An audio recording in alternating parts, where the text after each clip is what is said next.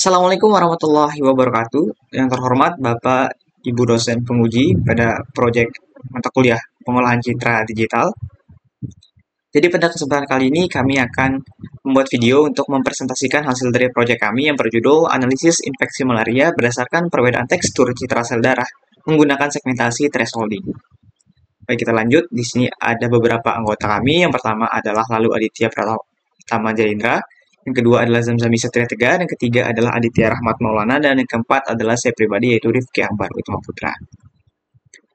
Baik, di sini ada daftar isi, jadi kami akan membahas latar belakang yang pertama, yang kedua deskripsi program, yang ketiga adalah penjelasan dataset, yang keempat tahapan pre-processing, yang kelima analisis, dan yang keenam adalah kesimpulan.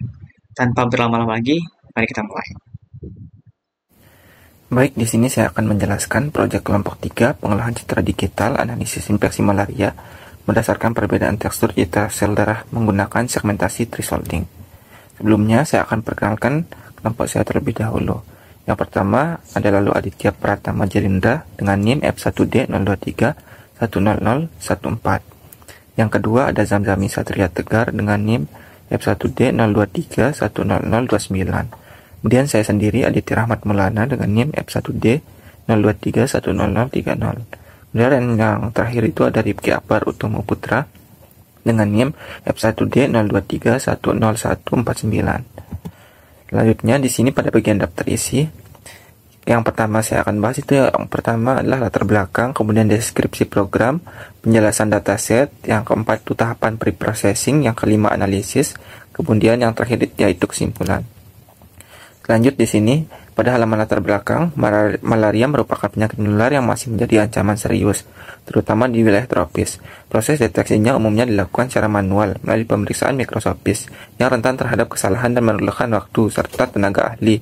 Padahal citra sel darah penderita malaria memiliki tekstur yang berbeda dari sel darah normal. Dan perbedaan ini bisa dimanfaatkan untuk analisis otomatis dengan menggunakan segmentasi thresholding, dan bagian penting dari citra digital bisa dipisahkan secara efisien sehingga hasil analisis tekstur menjadi lebih fokus dan akurat. Oleh karena itu, pemanfaatan pengolahan citra digital dalam mendeteksi infeksi malaria menjadi langkah penting menuju sistem diagnosis yang lebih cepat dan terjangkau. Selanjutnya, di sini ada deskripsi program yang kami buat. Program ini dirancang untuk membantu proses deteksi awal infeksi malaria melalui analisis citra mikroskopis sel darah. Tahap pertama dilakukan segmentasi menggunakan thresholding untuk memisahkan objek utama atau sel darah dari latar belakang citra.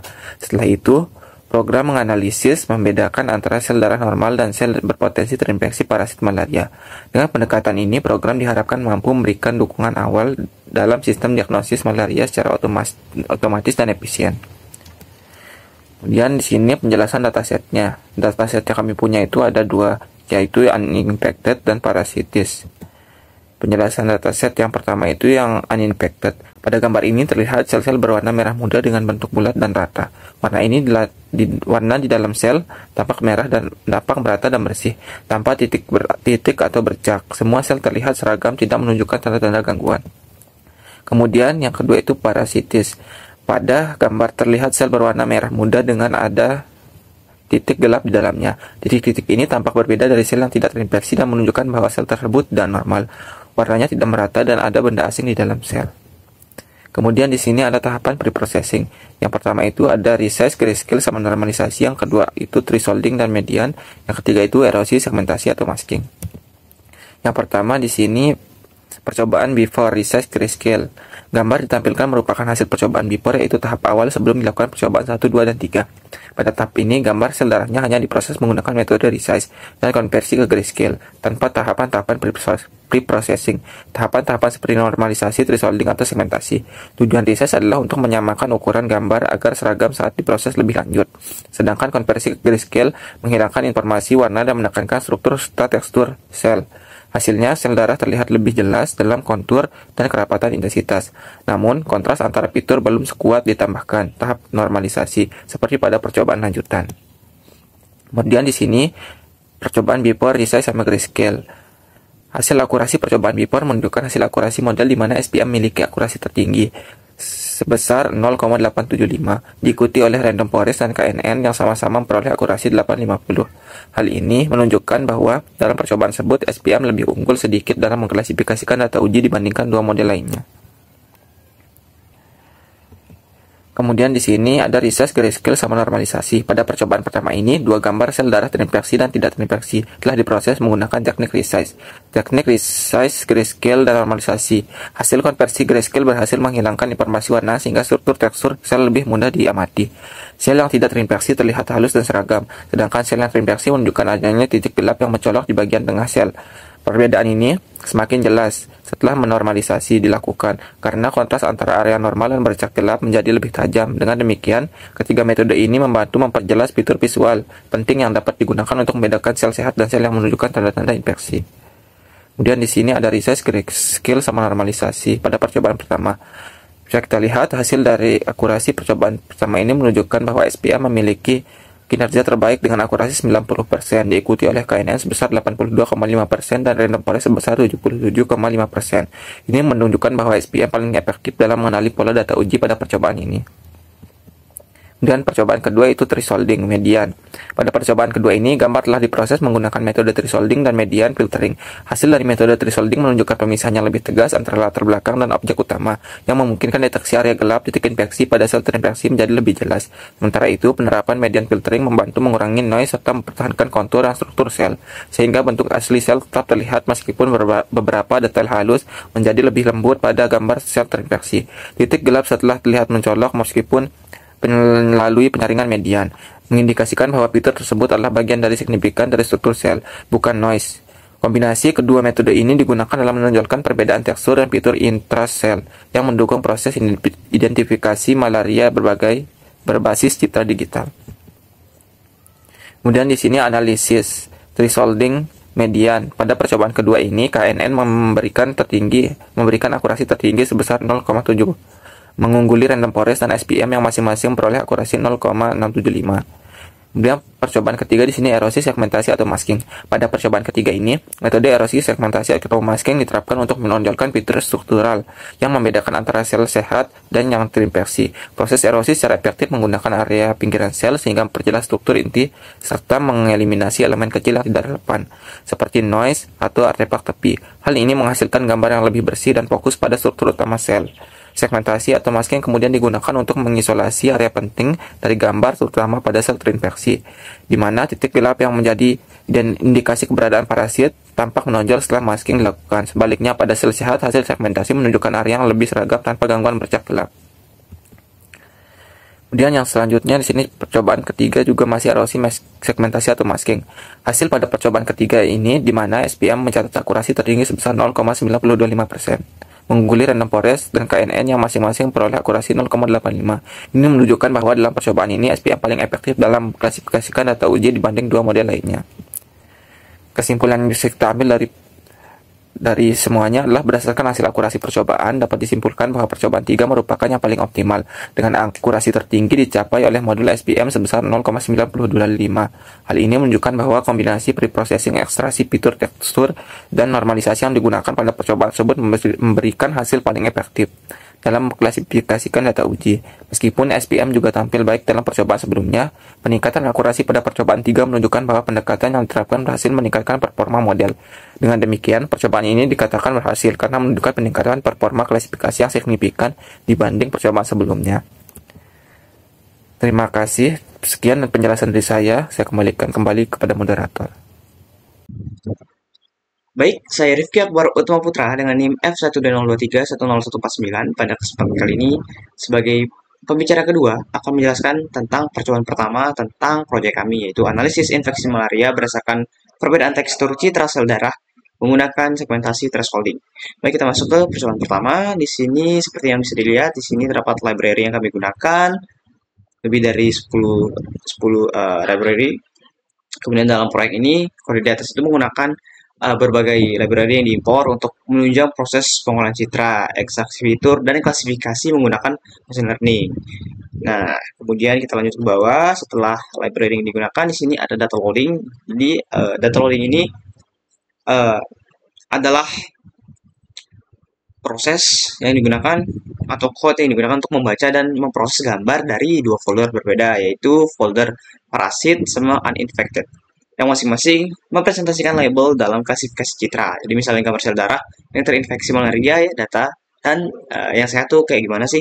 Jadi terdapat dua folder atau dua nama folder, itu parasit dan juga uninfected, berdasarkan dari dataset yang kami ambil. Nah, kemudian kita lanjut ke kode selanjutnya, ada labels counts sama dengan counter labels. Itu kode ini digunakan untuk mengeluarkan output distribusi jumlah gambar per kelas dari masing-masing folder, yaitu folder parasit dan juga folder uninfected dalam Kaggle atau data yang kami ambil. Jadi seperti ini hasilnya. Kami tampilkan jumlah gambarnya, kemudian distribusi jumlah gambar per kelas, dan juga nama kelasnya. Nah, kemudian di bawahnya ini ada output, itu contoh sampel data dari antara dua folder sel ini. Yang pertama adalah sel yang terkena parasit, dapat dilihat seperti pada layar, yaitu terdapat bercak-bercak pada selnya atau titik-titik. Kemudian kalau yang tidak terinfeksi atau uninfected, itu tidak ada sama sekali bercak-bercak merah, jadi clear, semuanya bersih, flat. Nah, kemudian kita masuk ke kode ini. Di sini terdapat beberapa fungsi yang digunakan untuk melakukan pre-processing. Jadi dalam kode ini kami melakukan pre-processing seperti yang sudah dijelaskan pada PowerPoint. Pada percobaan pertama kami menggunakan 3 pre-processing atau pra-pemrosesan. Yang pertama adalah resize, yang kedua grayscale, yang ketiga adalah normalisasi. Jadi di sini terdapat function dev prepro 1 underscore resize, ini merupakan kode untuk resize gambarnya. Kemudian ada function prepro 2 underscore grayscale, ini untuk mengubah gambar menjadi grayscale.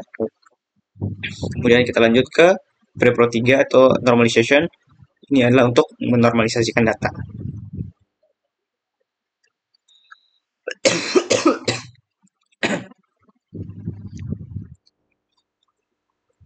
Nah, kemudian kita lanjut ke kode selanjutnya, itu kode mengenai output folder.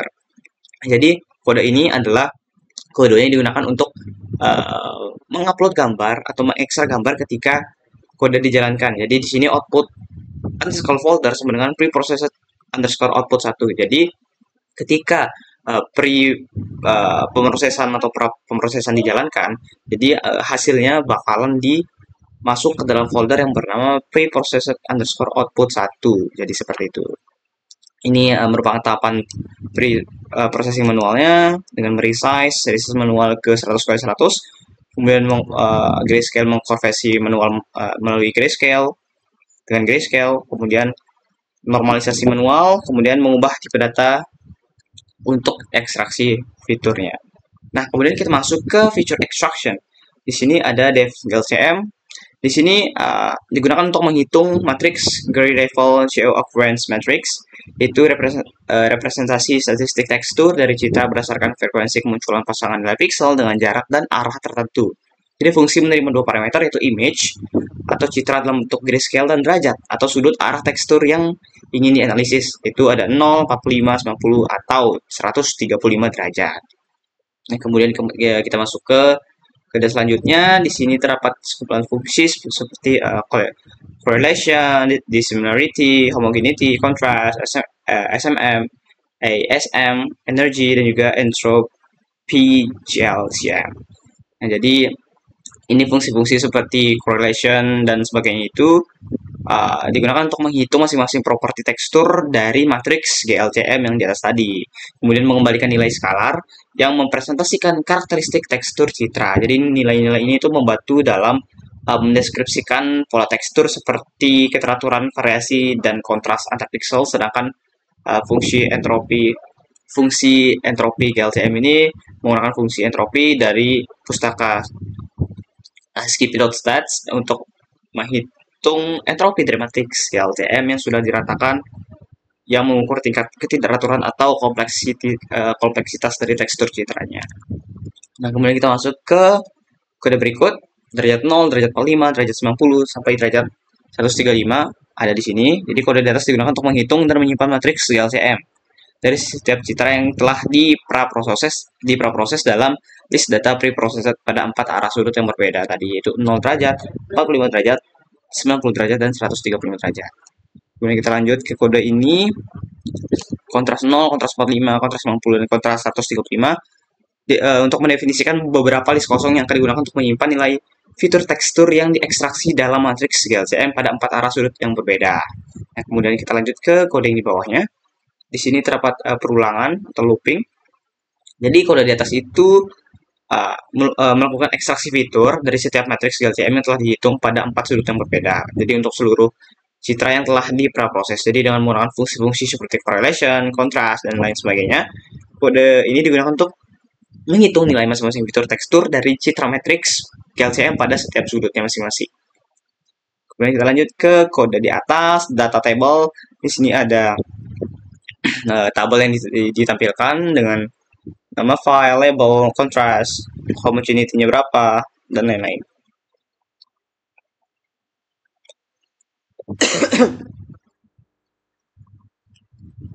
Kemudian kita lanjut lagi. Di feature selection-nya juga, di sini ada tabel dengan PC1, PC2, PC3, PC4, PC5, kemudian labelnya apa. Kemudian kode di atas itu digunakan untuk melakukan standarisasi fitur numerik pada dataset hasil ekstrak dengan menghilangkan kolom label dan file name. Nah, kemudian menggunakan standar scalar untuk mengubah data agar memiliki rata-rata atau mean sama dengan 0 dan standar deviasi itu sama dengan 1. Jadi sehingga fitur menjadi lebih seimbang dan siap untuk analisis lebih lanjut. Kemudian kita lanjut juga, jadi kode ini, kode xtrain, xtest, dan ytrain ini adalah digunakan untuk membagi dataset fitur ke xnew dan label y. Kemudian kita lanjut ke bawah, di sini terdapat normalisasi data fitur untuk set pelatihan xtrain dan juga pengujian pada xtest menggunakan metode z-score. Jadi pertama dihitung nilai rata-ratanya atau mean trainnya berapa, kemudian dan standar deviasinya berapa. Kemudian dari step fitur pada data pelatihan sepanjang aksis 0 atau kolom. Kemudian normalisasi dilakukan dengan cara mengurangi setiap nilai fitur dengan rata-rata tersebut dan membaginya dengan standar deviasi sehingga fitur memiliki distribusi dengan rata-rata 0 dan standar deviasi sama dengan 1. Kemudian kita lanjut ke function generate class unification report. Di sini adalah function yang berfungsi untuk menerima 2 parameter, yaitu y-true atau label aslinya dan juga y-pred-nya atau label hasil prediksinya.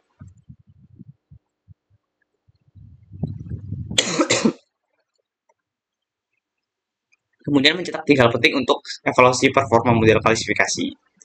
Nah, kemudian kita lanjut ke kode bawah. Di sini adalah kode training setnya. Bisa dilihat precision-nya berapa, recall-nya berapa, F1 score-nya, dan support-nya. Pada parasite-nya berapa, sama uninfected-nya berapa, accuracy-nya, makro makro rata-ratanya berapa.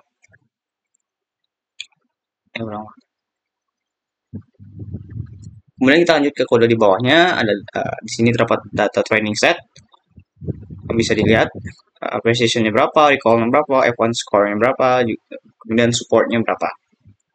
Kemudian ada train SVM classifier. Di sini ada training set sama seperti kode di atas, ada precision-nya, recall-nya, F1 score, support, dan juga sebagainya. Jadi kode di atas itu digunakan untuk melatih model support effector machine atau SVM dengan kernel RBF menggunakan data pelatihan xtrain dan ytrain yang sudah ditampilkan di atas tadi, lalu melakukan prediksi dan evaluasi performa model di 2 tahap. Yang pertama, model diuji pada data pelatihan untuk melihat seberapa baik model bisa menyesuaikan diri dengan data yang dipelajari. Kemudian dengan mencetak laporan klasifikasi dan matriks kebingungan melalui fungsi generate classification report. Kemudian kita masuk ke KNN classifier. Di sini ada training set juga hasilnya. Kemudian juga di sini ada function plot confusion matrix. Di sini merupakan menampilkan random forest confusion matrix-nya, kemudian SVM confusion matrix dan juga KNN confusion matrix. Jadi di sini dapat dilihat yang pertama adalah random forest confusion matrix, kemudian yang kedua SVM confusion matrix, dan yang ketiga adalah KNN confusion matrix. Nah, jadi kode di atas itu berfungsi untuk menampilkan matriks kebingungan dari hasil prediksi model klasifikasi, kemudian fungsi untuk menerima data label asli yaitu y-true-nya, kemudian hasil prediksi atau model, kemudian dan judul grafiknya apa, kemudian matriks tersebut dihitung menggunakan confusion matrix, lalu divisualisasikan dengan confusion matrix display dan sklearn dengan warna biru untuk membedakan tingkat kesalahan dan keberhasilan prediksi. Jadi fungsi ini kemudian dipanggil 3 kali untuk masing-masing model, yaitu random forest, SVM, dan KNN, untuk menampilkan matriks dari prediksi data testing pada masing-masing model secara terpisah dengan judul yang sesuai. Baik, sekian dari saya pada penjelasan percobaan pertama kami. Sekian, terima kasih. Baik, di sini kita akan melakukan dari analisis infeksi malaria berdasarkan perbedaan citra sel darah menggunakan segmentasi. Dapat kita lihat bahwa di sini terdapat beberapa library yang nantinya akan digunakan untuk analisis infeksi malaria ini, dari IOS, SUV, MATLAB, dan sebagainya. Baik, di sini terdapat data loading yang dimana digunakan untuk memproses atau membaca si gambar yang ada di dataset, yaitu terdiri dari 2 dataset, yaitu ada parasit yang terkena parasit maksudnya, dan yang tidak terkena parasit.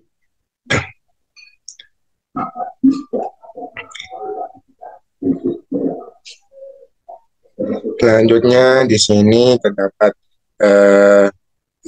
label dari parasit tersebut yang nantinya kita akan mengetahui distribusi jumlah gambar dari per kelasnya.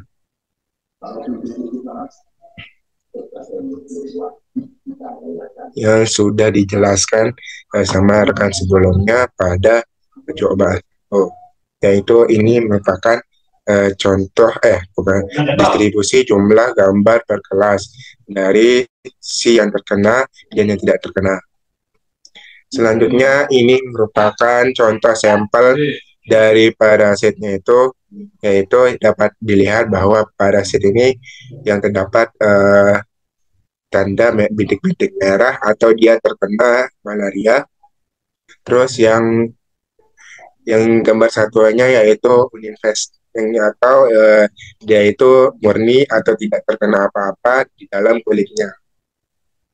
Baik, selanjutnya kita ke preprocessingnya, yaitu ada sorting dan flat array, yang dimana sorting ini nantinya itu disorting berdasarkan diurutkan, dia mengurutkan elemen-elemen dalam sebuah array yang nantinya dilakukan dengan algoritma selection,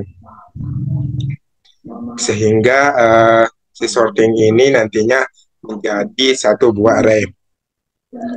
Kemudian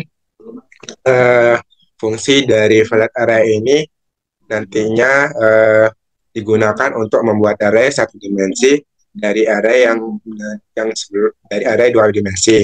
Proses ini dilakukan dengan mengambil urutan si baris maupun kolom menggunakan ASCII.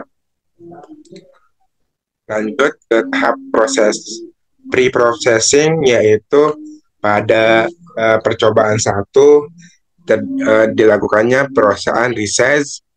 Ke selanjutnya yaitu di percobaan 1 juga ada grayscale dan normalisasi atau normalization. Nah, pada percobaan ini kita hanya menggunakan 2 segmentasi, yaitu threshold dan median. Baik, di dalam threshold sendiri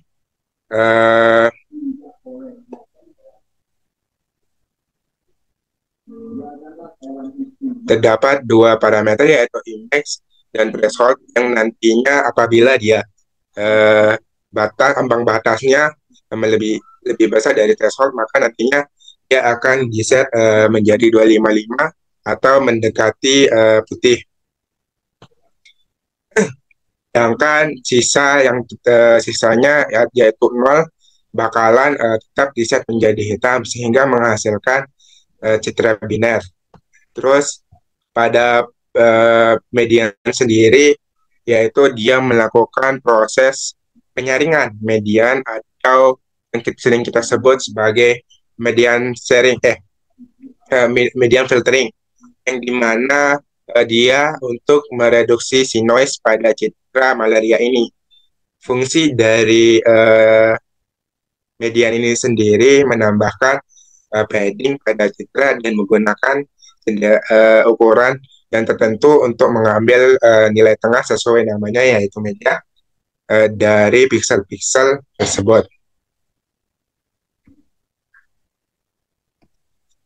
Selanjutnya yaitu melakukan proses pre-processing secara manual pada setiap gambar dataset yang kemudian nantinya akan disimpan ke dalam folder yang bernama output folder.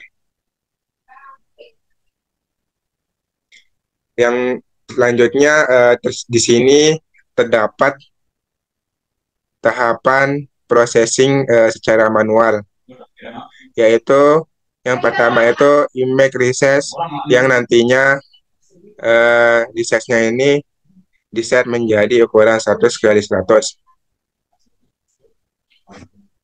Selanjutnya terdapat gambar diubah nantinya menjadi grayscale menggunakan pre-processing yang grayscale, nantinya memiliki parameter yaitu image resize.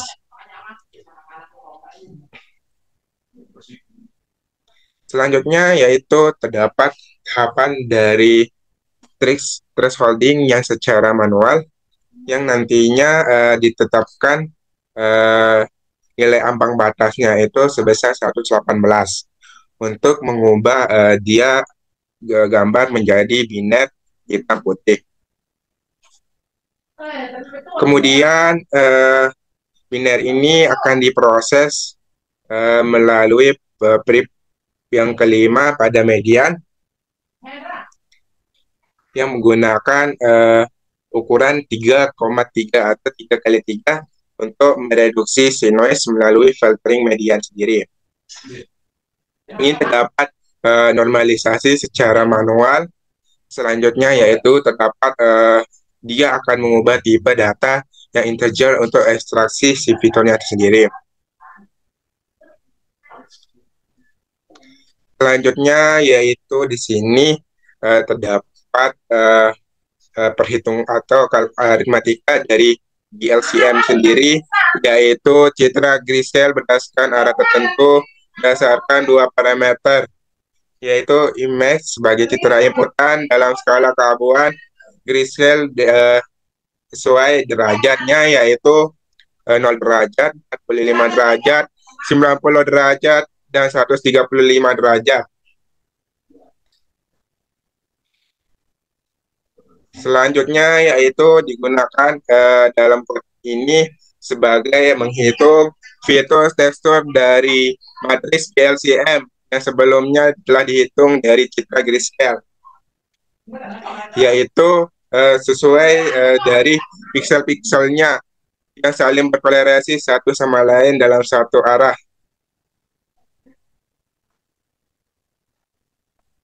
Selanjutnya di sini terdapat derajat dari citra yang telah diprocessing dalam 4 area yang berbeda, mulai berdasarkan sudut-sudutnya, yaitu ada 0 derajat, 45 derajat, 90 derajat, dan 135 derajat, yang nantinya akan disimpan ke dalam 4 list yang berbeda. Baik, di sini terdapat variabel-variabel yang berbentuk list kosong yang nantinya berfungsi untuk menyimpan hasil dari fitur yang di LCM tersebut berdasarkan arah-arah tertentu. Pada fitur-fitur di LCM ini diperoleh dari sudut-sudut yaitu 040 derajat, 45 derajat, 90 derajat, dan 135 derajat. Dalam fitur ini terdapat beberapa yang fitur tekstur maksudnya yang nantinya akan disimpan seperti kontras, dissimilarity, homogeneity, entropi, USM atau SM, energi, dan correlation. Yang dimana Kontras ini digunakan untuk mengukur tingkat dari perbedaan si intensitas pixel dalam citra malaria ini. Sedangkan dissimilarity ini serupa sama kontras, namun pada fungsi dissimilarity ini dia khusus menggunakan perbedaan absolut antar setiap nilai-nilai pixel tersebut, yang nantinya akan memberikan indikasi seberapa perbedaan antara pixel-pixel tersebut secara langsung sesuai dengan citranya. Selanjutnya yaitu homogeneity, yang nantinya dia akan mencerminkan atau mencocokkan keseragaman atau keteraturan si nilai pixel-pixel tersebut, yang dimana nilai yang lebih tinggi menunjukkan tekstur yang lebih seragam dengan dan kurang bervariasi. Sedangkan entropi ini digunakan untuk mengukur kompleksitas atau ketidakteraturan distribusi tekstur, sehingga nantinya semakin tinggi entropinya itu, maka citranya memiliki pola yang lebih acak dan tidak teratur. Yang selanjutnya yaitu angular second moment atau ISM, yang mengindikasikan tingkat keteraturan dan keseragaman dari tekstur tersebut dengan nilai tertinggi yang menandakan bahwa pola yang sangat teratur. Selanjutnya yaitu ada energi, yang nantinya merupakan akar kuadrat dari ISM ini, yang dimana menggambarkan tingkat keteraturan tersebut secara lebih luas, secara halus. Sedangkan yang terakhir itu yaitu correlation, yang dimana untuk mengukur hubungan linear antara pasangan nilai pixel dalam sebuah citra tersebut, yang nantinya akan memberikan informasi seberapa jauh pixel-pixel tersebut saling terikat secara statistik. Selanjutnya di sini terdapat perulangan dari yang sebelumnya berdasarkan sudut yaitu 0 derajat, 45 derajat, 135 derajat. Yang dimana pada blok ini nantinya GLCM itu nantinya akan memanggil fungsi yang sesuai seperti yang sebelumnya, yaitu pada correlation, contrast, homogeneity, energi, dan sebagainya. Selanjutnya di sini ada label berupa tabel, yang dimana berisi file name, terus nantinya ada label apakah dia tergolong parasit, dia tergolong terkena parasit ataupun dia murni tidak terkena parasit, yang nantinya akan berdasarkan derajat-derajatnya tersebut, mulai dari 0 derajat, 45 derajat, 90 derajat, 135 derajat, yang dimana nantinya memiliki label masing-masing seperti kontras, homogeneity, sampai dengan correlation, yang dimana memiliki 200 baris dan 30 kolom. Oke, di sini terdapat fitur, yaitu fitur selection, yang dimana fitur ini nantinya akan melakukan pengolahan data fitur tekstur yang menggunakan dua langkah penting dari standar fitur dan reduksi PCI, yang dimana Xnew ini memiliki dua variabel, yaitu yang terdiri dari kolom, yaitu label dan file name, yang dimana Y nantinya akan merupakan hasil ekstrak dari label yang nantinya akan diset melalui standarisasi dari scalar ini.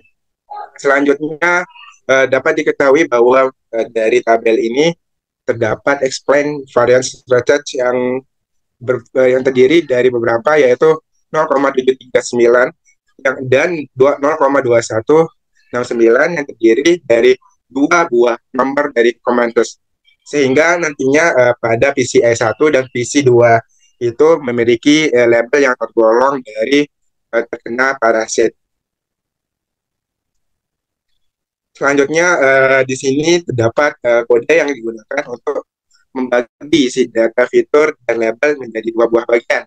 Yang pertama itu sebagai training dan sebagai testing, di mana pada parameter si result ini memiliki test yang berukuran 0,2, yang berarti dia itu memiliki 20% data yang akan dipisahkan sebagai data pengujian pada percobaan kedua ini pada kasus dataset malaria itu sendiri. Sementara sisanya yang 80% itu nantinya digunakan sebagai data pelatihannya sendiri si dataset ini. Dari strand dan expressnya ini terdapat juga random test yang sebesar 42 yang berfungsi untuk memastikan si pembaginya itu konsisten terhadap hasil diproduksinya setiap kali kode ini dijalankan. Sehingga nantinya akan mencetak si strand dan expressnya yaitu masing-masing 160 dan 28, sementara expressnya itu 40,28 yang menunjukkan ukuran data hasil pengujian. Selanjutnya yaitu di sini kita melakukan sebuah normalisasi fitur pada data pelatihan extract sebelumnya dan data pengujian dari extract-nya yang menggunakan CZ course-nya sendiri. Pertama-tama nilainya itu nantinya kita menghitung rata-ratanya terlebih dahulu dari si mainstream maupun extract-nya sendiri yang menggunakan mainstream, dan terdapat sebuah standar defisiasi yang dimana dari setiap fiturnya nanti dapat kolom yaitu di set menjadi X sama dengan 10. Setelah itu setiap fitur-fiturnya nanti itu pada tabel pelatihan ini dinormalisasikan dengan cara mengurangi si nilai rata-rata itu dibagi dengan standar defisiasinya yang sudah dihitung. Begitupun dengan text-nya sendiri. Sehingga nantinya melalui normalisasi ini dapat membantu model machine learning yang agar semua fitur-fitur skala berbeda menjadi sejajar dan mempercepat prosesnya pelatihan sering meningkatkan performa model. Selanjutnya di sini kita memiliki dua bagian utama yaitu generate classification dari report yang true dan false-nya, dan ada definite dari classification-nya yang dimana generate ini digunakan untuk mengevaluasi performa dari model klasifikasi dengan menampilkan beberapa matriks. Yang pertama itu ada classification report, terus nantinya akan dicetak, kemudian ada confusion matrix yang diperoleh dari true dan false yang sebelumnya, dan nantinya ada akurasi dari akurasi skornya itu sendiri, yang dimana dalam akurasi ini nantinya dia akan menampilkan atau mencetak hasil hitungan yang sebagai presentasi secara keseluruhan prediksi yang benar terhadap malaria yang terkena itu. Selanjutnya di sini terdapat extract random forest atau classification yang dimana memiliki dua buah, yaitu ada training set yang nantinya akan dicetak dan testing set yang dimana masing-masing memiliki akurasi yang berbeda. Salah satunya training set memiliki 0,9625 atau 96%, sedangkan testingnya sendiri yaitu 0,675% atau 67%. Begitu pula dengan SPM dari classification-nya yang memiliki dua buah training dan testing yang nantinya memiliki akurasi yang berbeda juga. Dalam training sendiri, dia memiliki akurasi sebesar 0,825 atau 825%. Sedangkan dari testingnya sendiri yaitu 0,675 atau 67%. Selanjutnya yang terakhir yaitu ada extract dari KKN classification-nya yang juga nantinya memiliki tingkat training dan testingnya itu berbeda-beda, yang memiliki akurasi sebesar 80%, sedangkan testingnya itu ada 7% atau 0,7. Sehingga nantinya itu model-model yang telah kita gunakan itu akan memprediksi label data yang sudah diuji melalui XText yang merupakan data baru bagi model tersebut. Sehingga hasil prediksi-prediksi tersebut nantinya data tersebut dievaluasi lagi dengan fungsi yang sama untuk mengukur komponen model dalam menggeneralisasikan atau mengkelompokkan prediksi data yang belum pernah dilihat sebelumnya.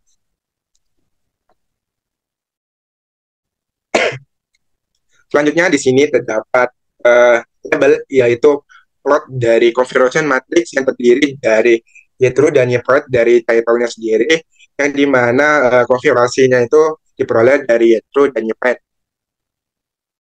yang nantinya memiliki random masing-masing dari plot configuration-nya seperti terlihat pada gambar ini memiliki random forest configuration matrixnya yang sisi atasnya itu 10, 11, yang kedua yang mendaki 20 itu 10, 2 yang menjadi putih 17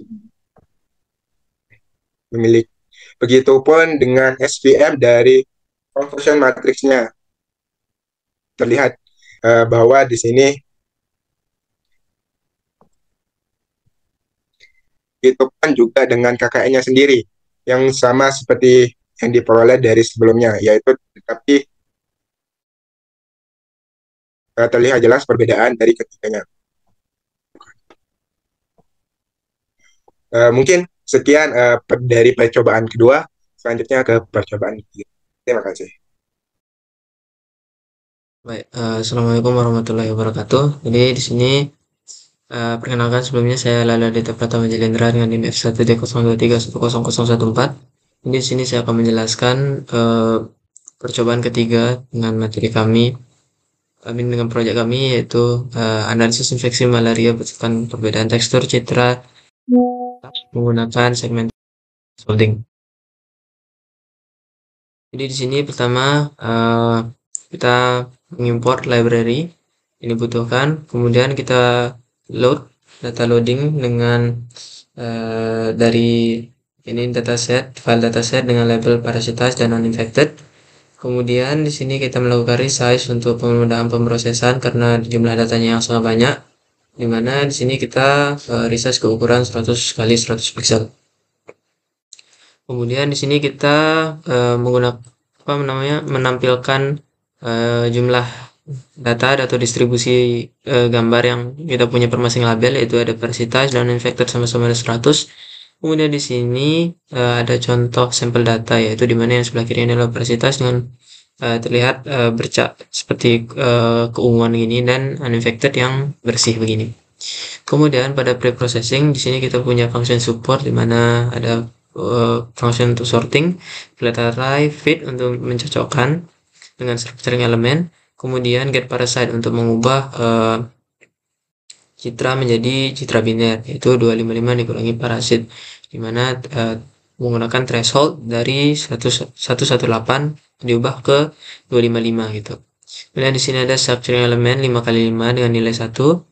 Kemudian pada proses pre-processing mungkin di sini sudah dijelaskan rekan-rekan saya sebelumnya, yaitu pada percobaan pertama dan kedua, di mana pada percobaan pertama dan kedua itu menggunakan resize dan grayscale normalization itu untuk percobaan pertama, lalu percobaan kedua itu menggunakan thresholding, kemudian median. Nah, di sini percobaan ketiga yaitu kita menggunakan erosi dan segmentasi.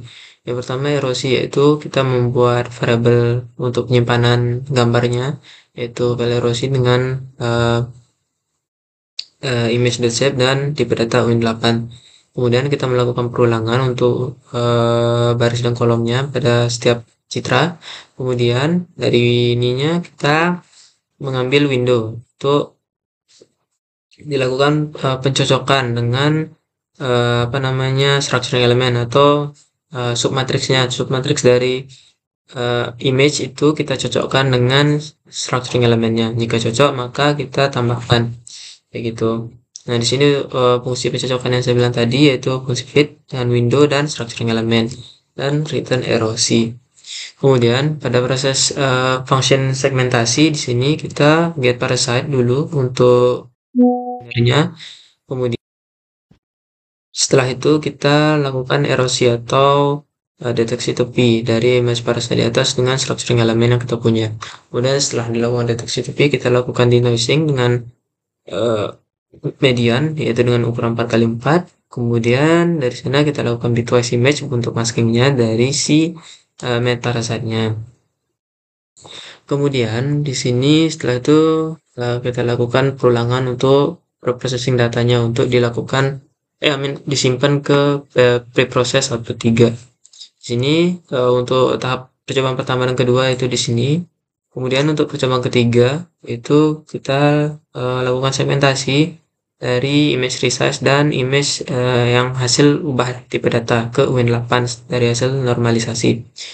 Kemudian setelah itu kita grayscaling dari hasil segmentasi tadi. Kemudian kita lakukan perubahan tipe data yaitu ke Win8 dari hasil grayscale. Kita tambahkan ke foldernya yaitu preprocess output 3. Kemudian kita extraction di mana menggunakan PDM. Sini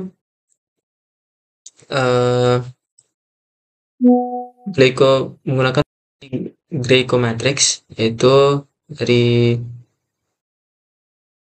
angle 0, 45, 90 dan 135.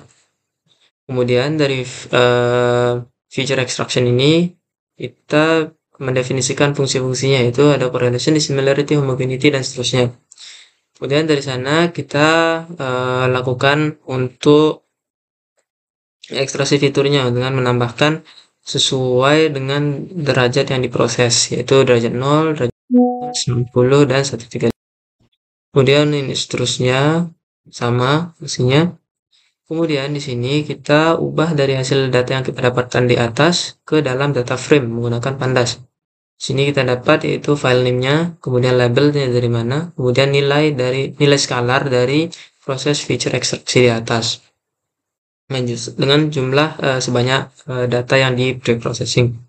Kemudian setelah fiturnya kita ekstraksi, kemudian kita lakukan seleksi fitur dengan melakukan standarisasi feature. Yang pertama kita melakukan standar scaler, kemudian lakukan PCA untuk pemudahan di proses machine learning-nya atau klasifikasinya menggunakan metode SVM, KNN dan random forest.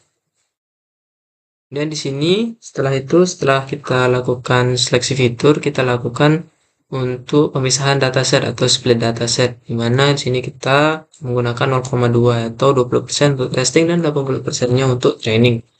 Seperti itu. Kemudian setelah itu kita lakukan standarisasi dengan z-score, di mana kita menghitung nilai rata-rata atau mean train dan standar deviasinya dari setiap kolom fitur data yang di training. Itu penghitungan ini dilakukan berdasarkan training karena model harusnya bisa belajar dari data training agar tidak terjadi kebocoran data atau data leaks.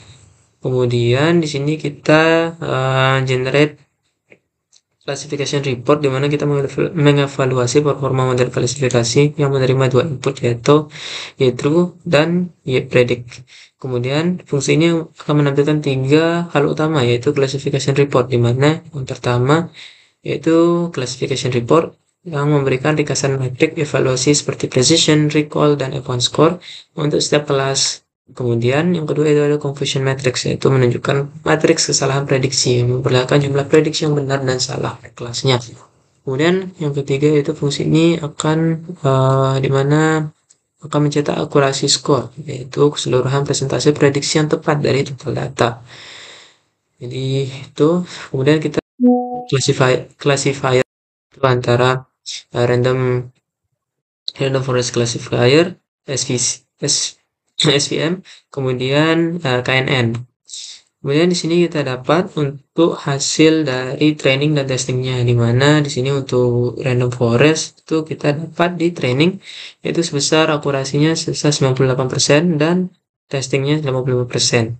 Kemudian untuk SVM itu training di 95% dan testing setnya ada di 92%. Kemudian sini yang KNN itu terdapat 93% dan testingnya 80%. Nah, berdasarkan hasil ini dari ketiga percobaan yang telah kita lakukan dan 4 jika sebelum ada pre-processing, yaitu kita dapat di sini dengan metode SVM gitu. Kita dapat akurasi yang paling besar di sini yaitu 92%.